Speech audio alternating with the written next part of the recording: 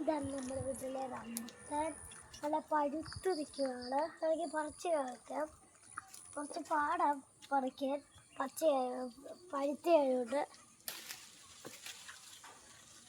ഉണ്ടോ, നല്ല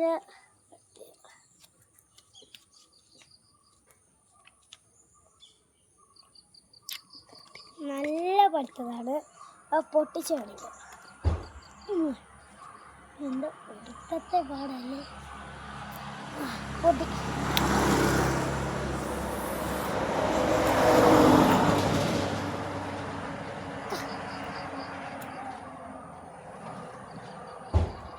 ഇത്രയും വലുതാ. ഇത്രയും കൊച്ചു ഇതിൻ്റെ അകത്ത് ഇത്രയും വലുതാ. റംബുട്ടാൻ ഇത്രയേ ഉള്ളൂ. നോക്ക്, റംബുട്ടാൻ ഇത്രയേ ഉള്ളൂ. റംബുട്ടാൻ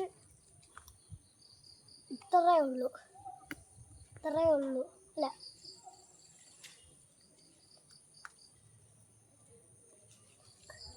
ഇതിൻ്റെ അത്രയേ ഉള്ളൂ.